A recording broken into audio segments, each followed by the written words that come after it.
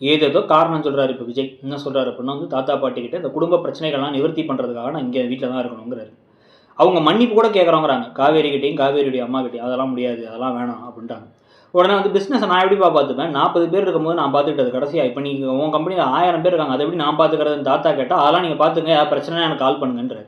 இவர் ஏன் இப்போ இந்த வீட்டில் இருந்து பிரச்சனையை சரி பண்ணிட்டு அவரோட பிஸ்னஸை போய் பார்க்கலாமே, பொறுப்பில்லாத தனம். அங்கே அத்தனை பேருடைய வேலை என்ன வருது, 1000 குடும்பத்துக்கு வந்து இப்போ இவரால் நஷ்டமாச்சுன்னா அவங்களுக்கு சம்பளம் கிடைக்கிறதுலேருந்து எல்லாம் பிரச்சனையும் அவங்கள அதை பற்றிலாம் கவலை இல்லை. ஆனால் அது பதிலாக வந்து வேலைக்கு அப்ளை பண்ண போகிறாராம். எதுக்குப்பா நீ வேலைக்கு அப்ளை பண்ணுற, இந்த வேலையை போய் பார்த்துட்டு இந்த வீட்லேயே இருக்க வேண்டியதானன்னா, அதெல்லாம் லாஜிக் பேசாதீங்க பாஸ் அப்படின்றாங்க அப்பப்போ. இதுக்கு நடுவில் கங்காவுக்கு தன்னுடைய கணவரை நடத்துறது பிடிக்கல. மார்க்கெட்டுக்கு போயிட்டு வா, தரையில் உட்காரு, அவருக்கு மட்டும் சேர் போடுங்கிறதெல்லாம். அதை வந்து விஜய் அப்படிலாம் நடந்துக்கூடாதுன்னு பார்த்தாலும் சாரதா ஒரு ஓரவஞ்சனை தான் பண்ணுறாங்க. அதனால கடுப்பாகி மார்க்கெட்டுக்குலாம் அவர் போக முடியாதுன்ட்டாங்க கங்கா. இது ஒரு பிரச்சனையாக வரப்போகுது. இதில் யமுனா வேறு சந்தேகப்பட்டு இருக்காங்க, நிவின் குழந்தை தான் வந்து காவேரி வயிற்றில் இருக்கான்னு இன்னும் கேவலமாக. ஸோ அதை பற்றி நீங்கள் என்ன நினைக்கிறீங்கிறத சொல்லுங்கள். தேங்க்யூ.